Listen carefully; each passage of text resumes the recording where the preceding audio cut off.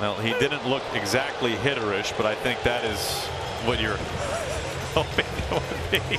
And Mariners manager Scott Servais instructed him not to swing. You what? So yes, the Mariners drop another series, the fourth series in a row, and this time it was against the Minnesota Twins.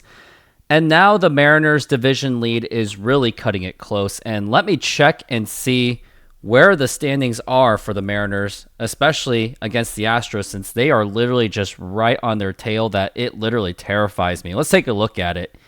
Only 3.5 games, and I felt like it seemed it was just a couple weeks ago where the Mariners actually had a 10-game lead in the division. And man, I was concerned about this team, about where they are even before the losing happened.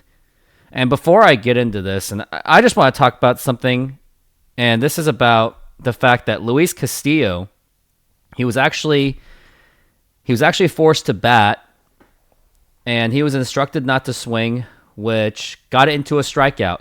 Now, before I get into any of this, please take a look for a word from our sponsor, SeatGeek. SeatGeek is a mobile ticketing app for sporting events, concerts, and other events. They make the buying experience easier by the app ranking each ticket from 0 to 10 to see if you are getting a good deal, and you can see exactly where you are sitting. I regularly use that app, and I have had nothing but a fantastic experience with SeatGeek. Use my promo code ROOFTOPSPORTS to get $20 off of your first purchase. Link to the code, app, and website will be in the description, so take advantage, and thank you. So yes, if you would like to see the Mariners try to redeem themselves against the Baltimore Orioles, use that promo code ROOFTOPSPORTS to get your $20 off. So yes, here's what happened. So it seemed that it was in let's take a look and see what inning it was. It was in the bottom of the fourth inning, had a man on second base, and it was only a 1-0 game between the Twins and the Mariners, and this was a total must-need win for the Mariners, as they had dropped the second game of the series 5-1 against Minnesota, and there was an opportunity to score. But however, before we even get into that, Mitch Garver, who was catching at the time, and Cal Raleigh was the DH, which something you really shouldn't be doing.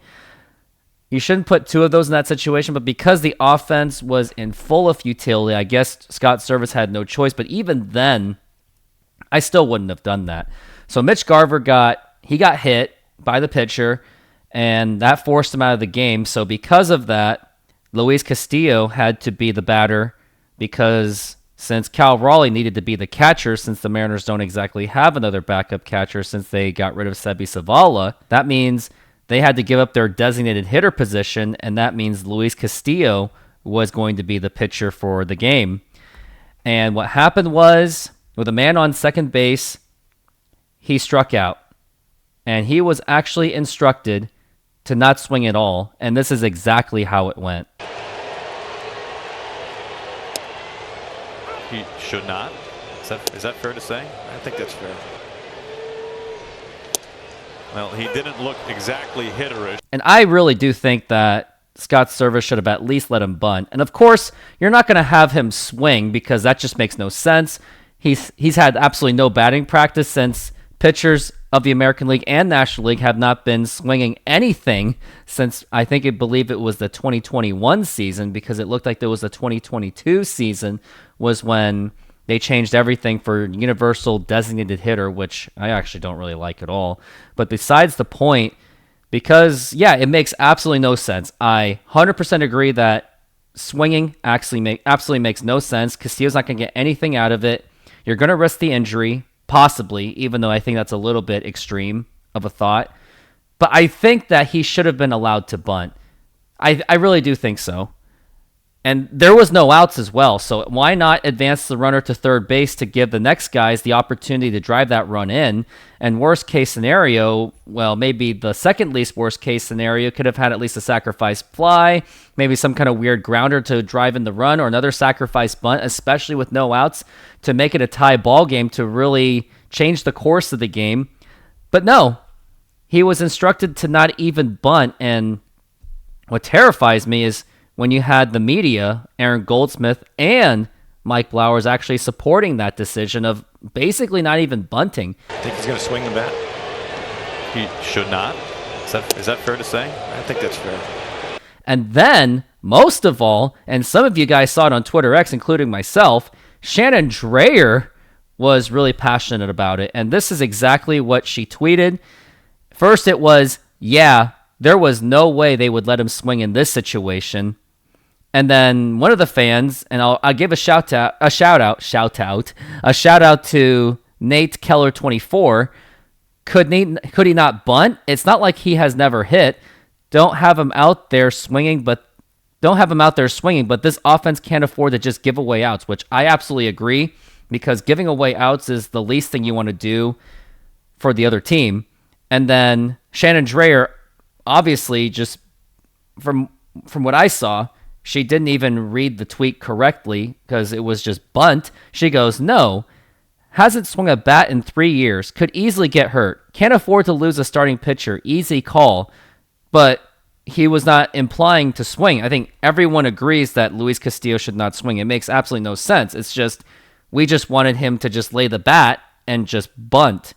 And even if it was like a pop out or he struck out somehow on a bunt, I still would have been okay with it, because it's all about sometimes the effort that counts. But Scott Servais didn't even allow Castillo to attempt, not even attempt, because they were just so scared of not even laying a bunt, because they needed him to be the starter, even though he really has not been the ace this season at all, as he has a well below 500 record. What made it even more concerning was that Shannon Drayer doubled down about her opinion and seemed to not have appreciated a lot of the responses by Mariner fans, including myself.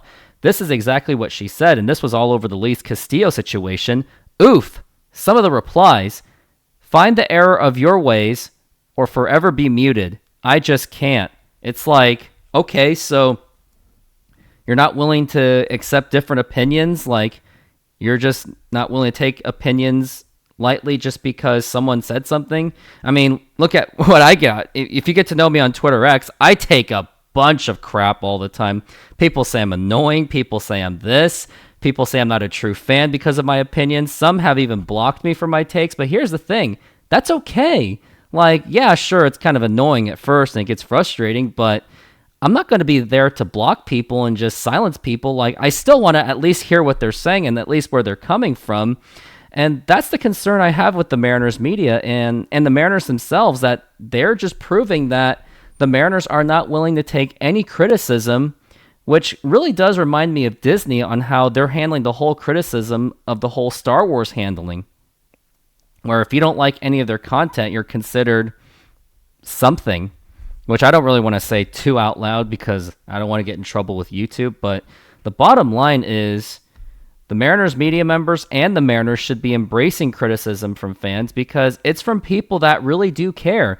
They are really all about the game. They love the team. They want to see the team win a World Series. And there are some of us fans out there that are not afraid of expressing our opinions on how we feel about the team, and that we feel the need to criticize because we've been seeing so many years of futility. Like, I know fans that were born in the 70s, even the 60s, they have seen almost 50 years of Mariners futility, and sometimes you just get that emotion of enough is enough.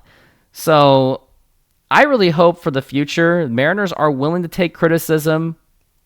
Some of our YouTube friends out there for the Mariners community are also willing to take different opinions, as well as I'm willing to take the different opinions. I may not like it. Like, for example, if someone says Scott Servais is a great manager and I'm a horrible fan, fine, so be it. I'm not going to block someone over or mute someone. Like, everyone should allow to have an opinion. Everyone should be allowed to have an opinion. That's the point of everyone having a conversation.